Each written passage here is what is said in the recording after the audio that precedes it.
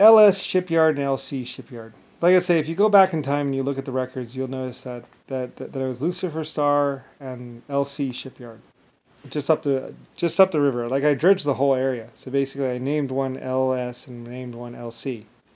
Some black people went in there and they named it Harlem and Wolf, or Harnum, Nun or something, and Wolf or something like that. Anyway, the black people, they were on acid and drugs and drunk all the time and doing opium all the time. So, and after they took over the Belfast shipyard, the LS shipyard, they went up to the LC shipyard, which was being done by the French. And then you get Anton, which is a black guy. And they basically tried to, they say they didn't get so far up there because the Irish knew what they had done at the Belfast LS shipyard. So when they went up to the LC shipyard, they got more resistance. So I think they were able to save one of the people that the manager up there. Because he was a Frenchman or something like that. So they were able to save him or something. Maybe, I don't know. Anyway, like I say, a lot of people found themselves in a military combat situation. They were just trying to go to work and build a ship. I was paying them and feeding them 2 hot meals a day, I think, or 3 hot meals a day. And later on, like I said, I was even letting them take food home to their wife or child. I had so much of it, so I was like, and it just made my quality, I wasn't able to pay them a lot. Like I said, I was only paying like 2 or 3 bits a day, but I was providing food, and I was providing clothing, and I was even providing shoes, because a lot of the workers would come to work and it's like, sandals? You can't work around a yard with sandals. So I was actually even supplying boots to them.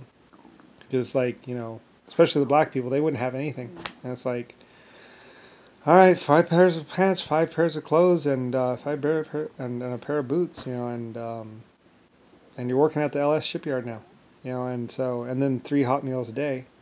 So, and so I had, that's another reason why it was such crappy pay. They're only getting paid like 1 bit a day or 2 bits a day, which was enough to get a drink or whatever, because it's like, and I was even building the town so they could have a place to stay while they were working for me on the Titanic. So I was paying for room and board, clothing, shoes, and food. So I was building the whole Belfast place. And so I was like, oh, all right, well, training up a workforce, basically. So anyway, when I went up to LC, and I built my second shipyard, which was for combat military ships. Basically, LC, and then it became LMC, or LCM, basically, combat military ships. So, I guess LMC, yeah, which is military combat ships. Yeah, Lucifer military combat ships was LMC. Basically, that was the upper shipyard, and that's where all the battleships and some of the submarines came from and stuff like that. Was the LMC yard, which was the LC yard, Lucifer combat. So, and then there was the LS shipyard, which was the Titanic and other ships. So, that's that yard. So anyway, so like I say, all the black people move in there, and they start getting jobs, and there's only about 30,000 of them, but they start to try and get seniority and position. It's like, and then they start paying themselves like 20 bits a day or 30 or 80 bits a day, and cutting the other people's pay down to like where they can't even get a beer. And then they start selling off the shoes and the clothes, so they don't even provide shoes or clothes. Like I said, the LS shipyard, once the black people got in there, once Harlem Wolf got in there, I mean, he was purposely trying, he'd give the black people's clothes and stuff and give them good pay, but the white people, he would, he basically destroyed the whole shipyard. And then, of course, because they were getting paid anyway, they were getting paid whether they worked or not. So a lot of them just stopped working. So they're getting room and board, shoes and clothes, and money, and not even working.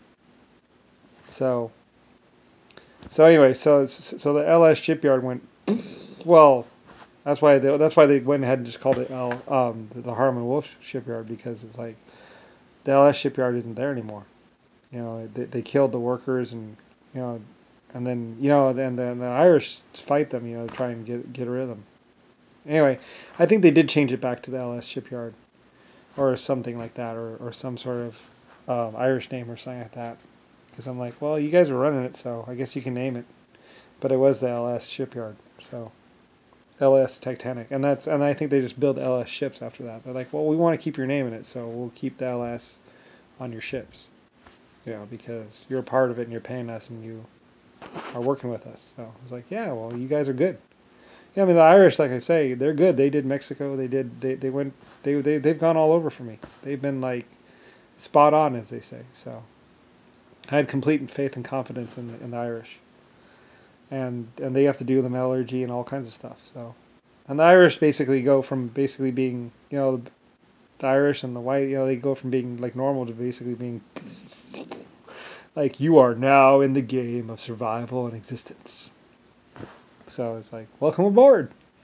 I do that with a lot of races. It's like welcome aboard, to Lucifer's Star, existence and survival and the bigger meaning of life, which is 800 galaxies and basically taking over your whole group.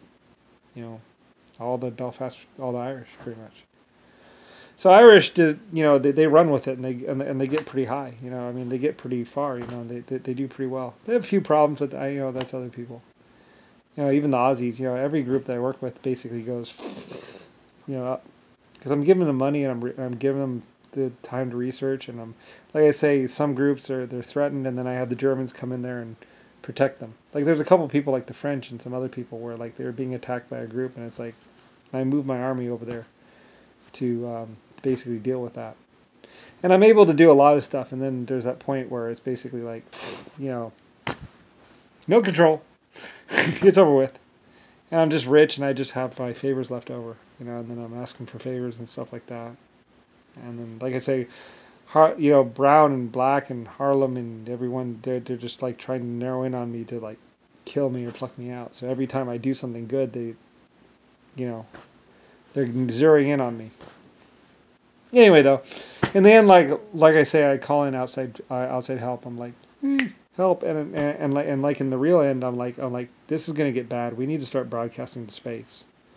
So I spend a lot of money, and I'm just like, spend the money on radio, because I want to send signals to space, and hopefully some of my other groups will hear me, and come take a look at Earth and everything and find me, because otherwise they'll isolate me and kill me. So I'm like, we need to start broadcasting to space. So we start building the radio towers and everything else to attract other groups or other people, other life forms that might know me or would know me, because I know what they're going to do. So anyway, so I'm like, broadcast to space. So basically we're broadcasting to space. They build the towers and everything for me and do all that stuff. And pretty much, I'll get to that in a minute.